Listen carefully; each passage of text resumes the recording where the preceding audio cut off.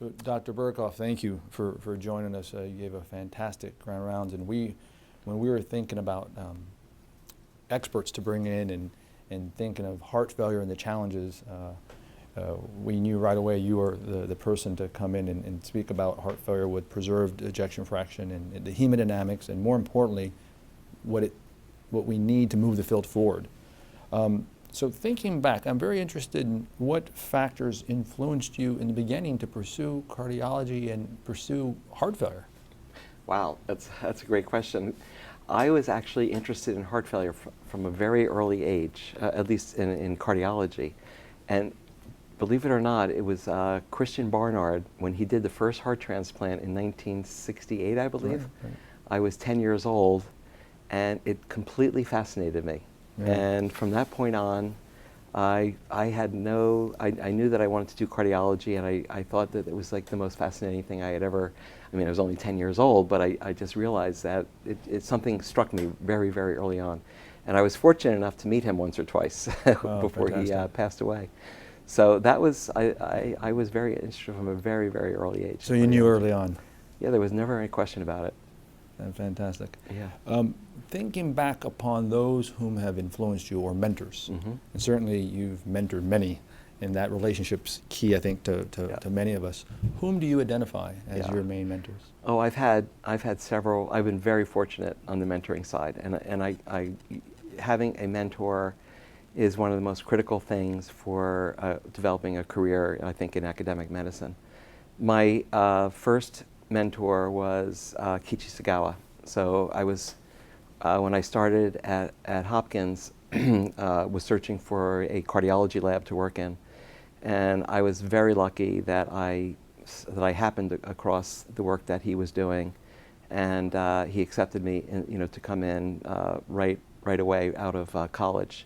When I started, we had the MD PhD program. We graduated college in May and started working in July in the lab 2 months before medical school started. So we got a head start on this whole thing. And so working there, it just matched identically to what I think my skill set was, learning about mechanics and the physiology, the way the Sagawa lab was studying it. Now, through that, I also met and was kind of mentored a little bit by Hirosuga, and those who read the history of the pressure volume analysis, it's Suga and Sagawa were the two main people. So I got also to know Hirosuga quite well. And then probably the most fortunate thing was that Kenji Sunagawa was a postdoc in the lab during that time, and he was really the one who day-to-day mentored me. And he's a very brilliant physiologist, mathematician, engineer. He's, since he returned to Japan and became a very prominent chair of cardiology, and we've remained very close friends. So these are the three, Suga, a little bit less so directly, but Sagawa and mainly Kenji Sunagawa. But then on top of that, I have to say Mike Weisfeld, who was the chief of cardiology at the time at Hopkins, also took a very early interest in my career. And I would say in concrete ways, he really did, I would say, he did the most things that actually influenced my career in terms of guiding which way I went, and he was also very fabulous. And then finally, I was lucky when I went to Columbia, following Mike Weisfeld. Mike Weisfeld left Hopkins, went to Columbia. Then I hooked up with Milton Packer, and Milton was a very interesting mentor. He's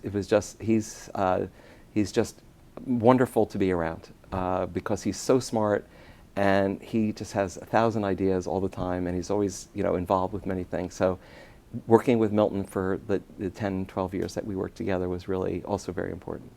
It certainly has paid off, and we see you as someone who's an expert and national, international figure in understanding pressure volume loops. What advice would you give to trainees, given that these relationships are important, certainly being focused to this one? What general advice would you give to those that are in training? Well, I think, first of all, I think as we started this, having a good mentor is, really listening and seeking out someone who's on your wavelength, I think is really critical. The other thing to me is always don't be afraid to challenge the going ideas, because it's really only by challenging the ideas that you can make advances. And don't be afraid of older people who try to sequester that kind of thing.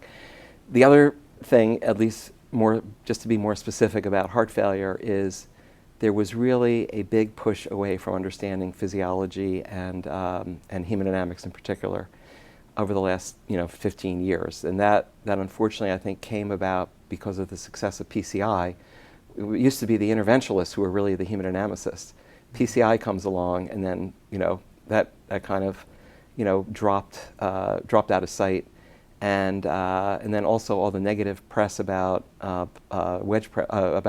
pulmonary artery catheters has really, I think, done a disservice to the field.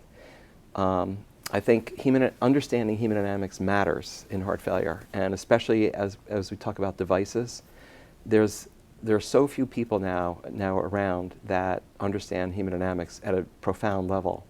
I'm really concerned about the next generation.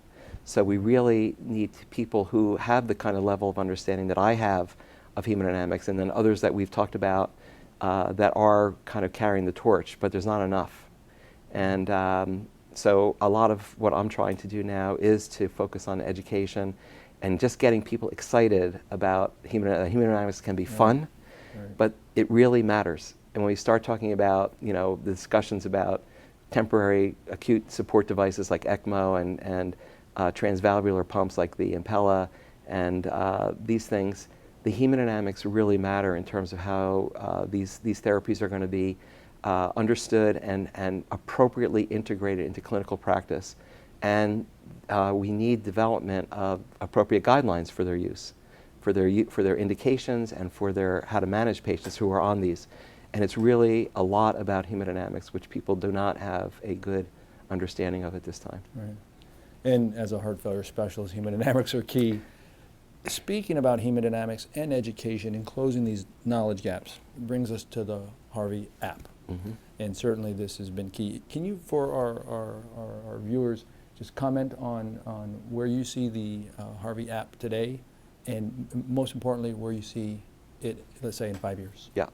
So where the Harvey app now is today, it's out there and available for anyone who wants to use it. There are different versions, different levels. There's a student version that's kind of like the ABCs that I feel that any medical student going through their first year or second year physiology course should have basic understanding of hemodynamics and pressure volume analysis and what it means.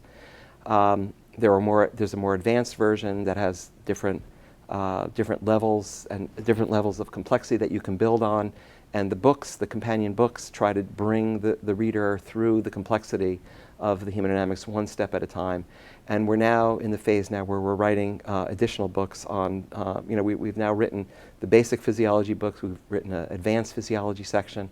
We're now in the midst of writing the clinical cardiology section on all diseases that have a hemodynamic component, and we now have like 21 different chapters that we're working on that are on that. We have another book that's going to be dedicated to mechanical circulatory support, and another book on extracorporeal membrane oxygenation, ECMO, that incorporates not only the cardiac physiology but also the lung physiology.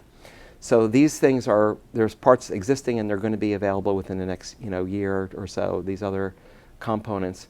But having the books available is not enough. There needs to be a recognition at certain levels in the educational system, either at the medical school level or at the fellowship level for sure, that this is important and it needs to be taught.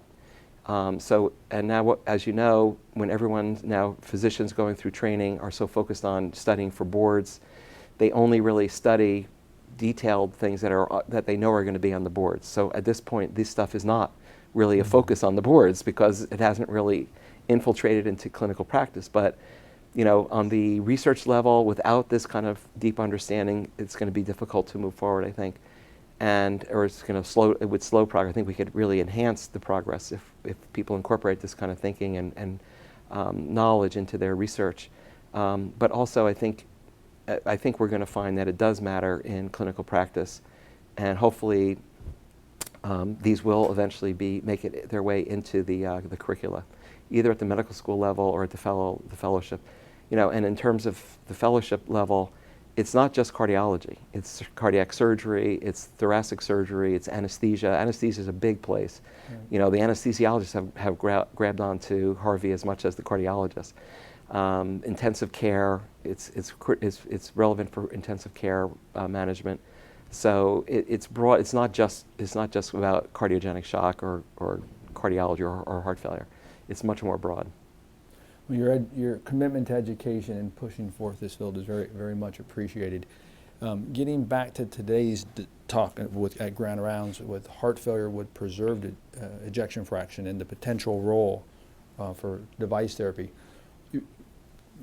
Fast forwarding 10 years from now, in terms of prediction, which patient population that defines heart failure with preserved EF do you think this is really going to make a real difference in? And do you think that the clinical trial work to come really over the next several years, what's your prediction? Yeah. Well, I think that for the restrictive cardiomyopathies, devices will be the only way to go. There are some, for the amyloid group, there are some drugs that you may be aware of that are being investigated to reverse or at least delay progression of laying down of the amyloid proteins. But these seem, and I'm not an expert in that field, but it does seem to me, reading the literature, that the best that these will do is kind of slow the progression as opposed to reverse the condition once the disease is there. So and then if you've taken care of patients with amyloid heart disease, you know how desperate they become at the end, and there's absolutely nothing to do. So I think that device therapy will be the answer for those patients, mechanical circulatory support. Whether that is a total artificial heart or a biventricular LVAD-RVAD combination or just sole LVAD, we're just really starting to think about this. Now the bigger question though is for the what we think of as the garden variety HFpEF patient, which is the hypertensive, obese, older women, predominantly women, but 25-35% male. What's going to be the therapy for them? And this is where, so far, medical therapies have stalled. If you go on to clinicaltrials.gov, there's dozens of different trials that are going on, mainly small stuff. LCZ 696 has some ongoing work, despite the earlier results that they had with the small trials. I think we'll continue to see a lot of drug trials, and maybe one of them will pan out. But boy, it would be great to have a device that is for those patients as well, that would really treat them. The intra-atrial shunt is one potential. It's still very early, and there's still a lot to learn about that device. And I'm sure that there will be other device concepts that will come forward. Ideally, that is certainly a field where you'd want to have a drug therapy because of the number of patients. But I think that, not to be pessimistic, but the condition is so profound when it's there, and so limiting of patients' quality of life, and so difficult to deal with. These rises in pulmonary pressure are so large during exercise that we've now learned through the work of many individuals now that have pioneered the use of exercise hemodynamics, that it's going to be hard to imagine how you could take a patient whose wedge pressure goes to 50 during exercise, give them a drug, and that's not going to go to 50 or 40 or 30. So right now it's just hard to imagine how you could transform the physiology of someone from being so abnormal to being reasonably normal without some really potent device. One remaining question, if I may. If device therapy proves to be efficacious in patients with heart failure or preserved EF, what do you anticipate to be the biggest challenge or risk factor, if you will, in that category? Yeah, it's always with devices, it's always about the adverse events. And I think that implantation techniques are invasive cardiologists now are so skilled with the TAVRs and the mitral devices that they're now implanting percutaneously. I believe that the skill sets of interventionalists is going to be there to put in whatever device engineers can come up with. So I think the implantation won't be an issue. It's really going to be about having foreign materials in the body and the body's reaction to those foreign materials, and how do we deal with, in MCS we've been plagued and continue to be plagued with thrombosis and bleeding and infection. So, other less smaller invasive devices will have, by definition, less problems, I think, with those things. We have to miniaturize devices. They have to be implanted minimally invasively or percutaneously interventional, and probably there's still work to do on biocompatibility. Sure. The promise of the future certainly keeps us intrigued. On behalf of our heart failure group, I really appreciate you taking the time to come visit with us and for today's tremendous lecture and for this interview. Thank you so much. Very much appreciated. Thank you. Thank you.